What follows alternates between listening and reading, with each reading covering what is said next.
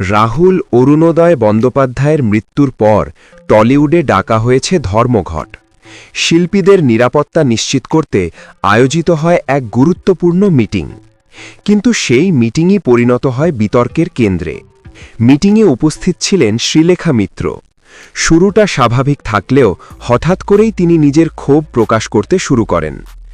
ইন্ডাস্ট্রিতে কাজ না পাওয়া, সুযোগ হারানো, এই সব বিষয় তুলে ধরে সরাসরি অভিযোগ করেন তিনি। এমনকি নাম জড়ায় ঋতুপর্ণা সেনগুপ্ত এবং প্রসেনজিৎ চট্টোপাধ্যায়ের। এই অভিযোগে উপস্থিত অনেকেই অস্বস্তিতে পড়েন। পরিস্থিতি উত্তপ্ত হয়ে ওঠে মুহূর্তেই। ঠিক তখনই পরিস্থিতি নিয়ন্ত্রণে আনতে উদ্যোগী হন প্রিয়াঙ্কা।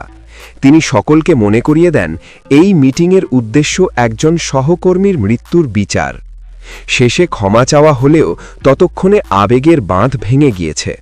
সব কিছু ছেড়ে কাঁদতে কাঁদতেই মিটিং থেকে বেরিয়ে যান শ্রীলেখা। এই ঘটনা যেন দেখিয়ে দিল প্রতিবাদের মঞ্চেও জমে থাকা ক্ষোভ কখনো কখনো বিস্ফোরিত হয়ে উঠতে পারে।